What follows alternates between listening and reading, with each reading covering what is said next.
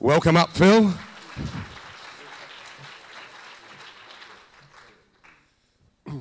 Greetings to one and all. It's not Pecha Kucha, it's pressure cooker.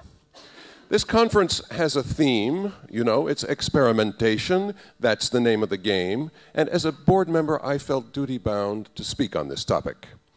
I went to the corpora for collocations, and I'll show you what I found in one of the many I checked in a moment. But first, you try it. Something experimentation. Does anything come to mind? The leading collocation turns out to be human experimentation. Well, the board of TESOL Macedonia-Thrace heard the macabre in that, which is why we illustrated our conference poster with the images of innocent young children in English classes, so you wouldn't get the wrong idea. Of course, sexual experimentation was the leading collocate in that random corpus that I just showed you, which is why your minds had already wandered to the Kama Sutra and the 64 methods, with which you are probably already familiar from the lavishly illustrated volume that a friend or roommate retained as a conversation piece. But here's a piece of wisdom from the Kama Sutra, the unillustrated, except for the front cover and back cover, version. There is no counting of the ways, nor adherence to the rules once English class begins. Its only source is passion. Okay, the original says the act of love, not English class. And here's a 17th century English teacher preparing class. He's getting ready to turn base metals into gold. There's a catch. Even if the experiment succeeds, he doesn't get to keep the gold. But he keeps on experimenting nonetheless. Even if he doesn't succeed, he doesn't stop experimenting. Like this gentleman. And by the way, don't you just love the new PowerPoint transitions? I can't get enough of them. And there are even more to come. You know, you're not supposed to use too many of those, but you know what? I don't care. Hell, there are no rules here. I'm trying to accomplish something. I once had a capable but strangely passive English class when I caught myself saying, anyone? Anyone? Like the teacher in Ferris Bueller's Day Off, I sat down and handed my book to a student. You teach it, I said. He did his best. Another student followed. That perked them all up. I felt like Edison with the light bulb. The fact is that in a room full of adolescents, who's more likely to be involved in experimentation of all kinds, you or them? Probably them. Maybe you should try to harness some of that experimental energy for your own English language teaching purposes. As my old friend and colleague, Frank McCourt, did. Frank had us sing salacious folk songs. He had us write courtroom defenses of inanimate objects and recite recipes as poetry, said a former student. Frank's class was an intellectual freefall. I looked forward to it every day. Did someone say freefall? I can hear you thinking, parachute, please. And what gave you guys the idea that experimentation was the name of the so-called game? Oh, yeah? Well, what makes you think you're going to get through to your students using the same old stuff? Haven't you noticed they don't buy it anymore?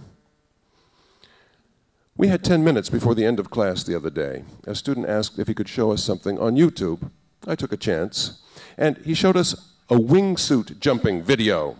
You see people jumping off the cliff. They fly or rather glide like bats or hawks. They have parachutes for a soft landing. You should try it, at least metaphorically.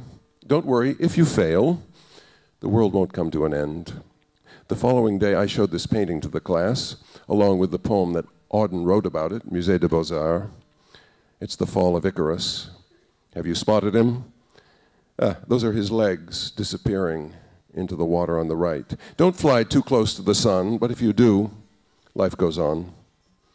We interrupt this Pecha Kucha for a word from Steve Jobs, in silence and in memoriam. You may read it.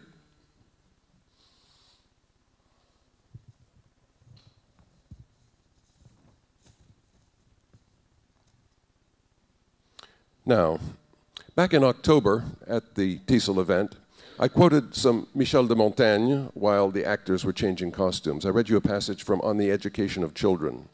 Long before John Dewey, Montaigne believed in learning by doing. Do you want to learn how to ride a horse? Don't read a book about it. Get on the horse. He applied the same methods to measure his own knowledge of the world, limited though it was, which he determined by writing about it, his horse.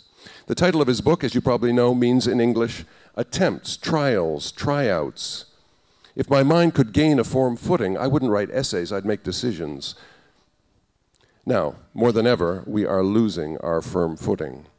Life is an uneven, irregular, and multiform movement. Our principal talent is the ability to apply ourselves to various practices. It's existing, but not living, to keep ourselves bound to a single course. The fairest souls are those that have the most variety and flexibility. Montaigne's last essay is of experience. When rules and reason fail us, and they do fail us, he says, we turn to experience. This country wants you to have experiences. If your students don't experience language as a living thing, don't feel its power and variety, they'll miss the point. In French, by the way, the word expérience means experiment. We're going to hear from Cole Porter here. Before you leave these portals to meet less fortunate mortals, there's just one final message I would give to you. You all have learned reliance on the sacred teachings of science, so I hope through life you never will decline, in spite of Philistine defiance, to do what good scientists and English teachers do. Experiment. Make it your motto day and night. Experiment, and it will lead you to the light. The apple on top of the tree is never too high to achieve. So take an example from Eve. Experiment. Be curious, though interfering friends may frown. Get furious at each attempt to hold you down. If this advice you always employ, the future can offer you infinite joy and merriment. Experiment, and you'll see.